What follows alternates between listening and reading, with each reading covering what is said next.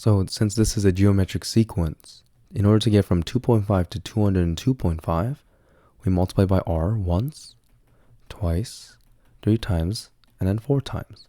Okay, so you multiply by the common ratio 4 times, meaning 2.5 times r to the 4 is 202.5.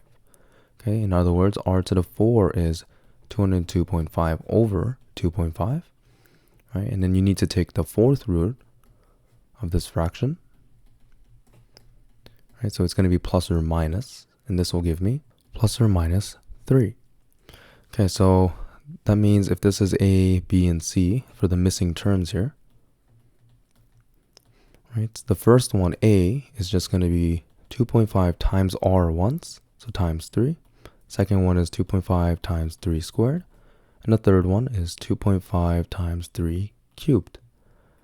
So this is what we get for the positive case when r is equal to 3, right? But when r is equal to minus 3, right, it's going to be the same thing except we have that this term A and C will be negative, right? That way, if this is negative, and the term after this will be negative. Okay, so then this will be our final answers.